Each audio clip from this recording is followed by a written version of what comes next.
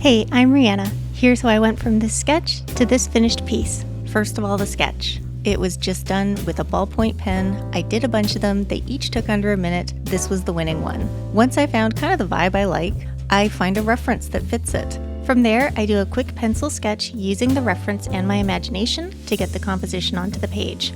Then I move on to what will be the final piece. I start penciling, but I ink the face in before the pencil is done. The reason I do this is because the face needs to look good. So if I mess it up, I'm starting again.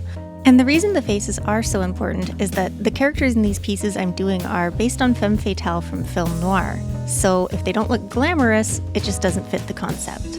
Once the face is in, the next thing that needs to look good is the speech bubble. So I pencil in lines, then add the lettering.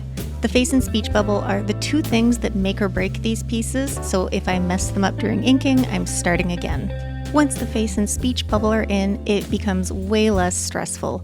You can unclench your butthole, you can stop nervous sweating, the hard part is done. From here, it's just standard adding pencils, then adding ink outlines.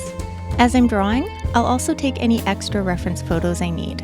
In this case, I need a hand holding a champagne coupe from this particular angle, and it's just easier to take a photo in the bathroom mirror. Even though it's straightforward, penciling and inking does take a while, so we're just gonna kind of fast forward through all of this. Don't you love seeing like a ton of work just done in 5 seconds? Like, it's so easy. So now we've zipped through that and we are erasing the pencils. Once the pencil's erased, it is time for, you guessed it, more inking. This is now adding in the smaller fine details that didn't need to be penciled in. And once the fine ink details are done, it's time to start adding broad areas of shading. I'm starting with the grays. I'm using Copic markers for that.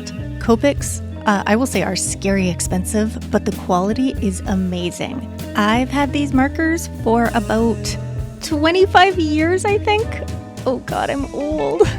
You can refill Copics, but some of these markers I've never refilled and they still work decades later like they're brand new. So I do recommend them, but they're definitely an investment.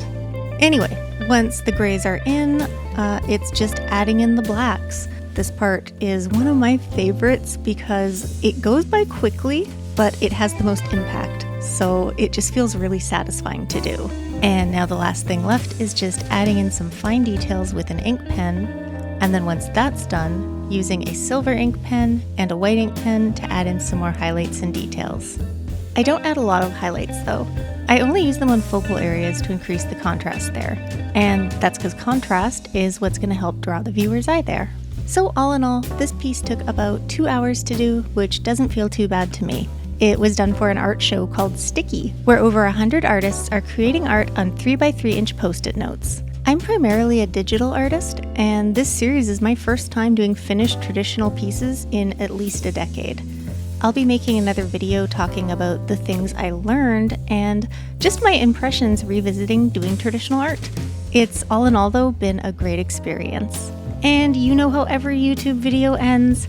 If you liked what you saw, please don't forget to subscribe, and thank you so much for watching.